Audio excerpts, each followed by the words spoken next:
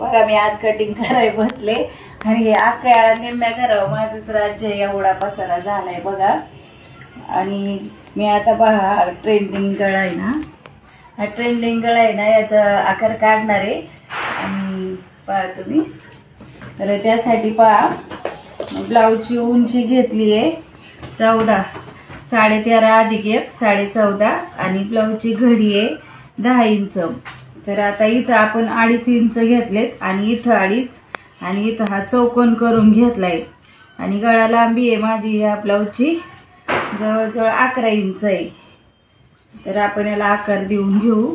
तर आकार देण्यासाठी आधी इथून 4 इंच वरती घ्यायचा सेप आणि इथून 1 इंच जवळजवळ 1.25 इंच जवळजवळ बाहेर आकार घ्यायचा आहे आपल्याला.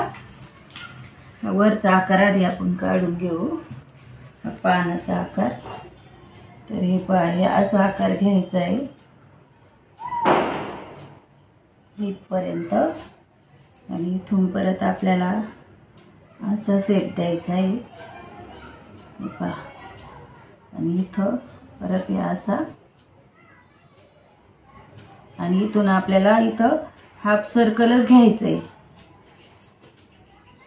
आकाराचा हाफ सर्कल. तर असा गळ्याचा आकार दिलाय तुम्ही पाहू शकता.